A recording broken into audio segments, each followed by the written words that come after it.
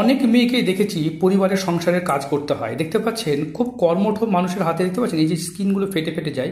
এরকম মানুষরা আশা করি এখানে কোনো ক্রিম ভেসলিন বা এরকম লাগালেও এগুলো ঠিক হয়ে যায়, কিন্তু এদের সেই সময়টা থাকে না।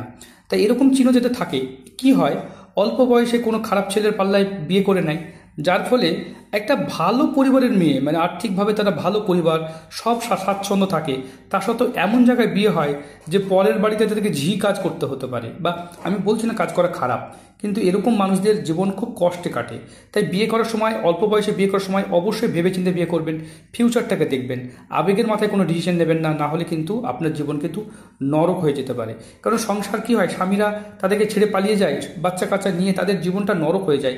সন্তান মানুষ করার জ্বালা, তাদেরকে কিন্তু পরের বাড়িতে কষ্ট করে খেটেও তাদেরকে কিন্তু জীবনযাপন করতে হয়। যেহেতু বাড়ির অমতে বিয়ে করেছেন, অন্য ধর্মে বিয়ে করেছেন, সেক্ষেত্রে কিন্তু বাড়িতেও তাদেরকে আর ফিরে যাওয়া হয় না।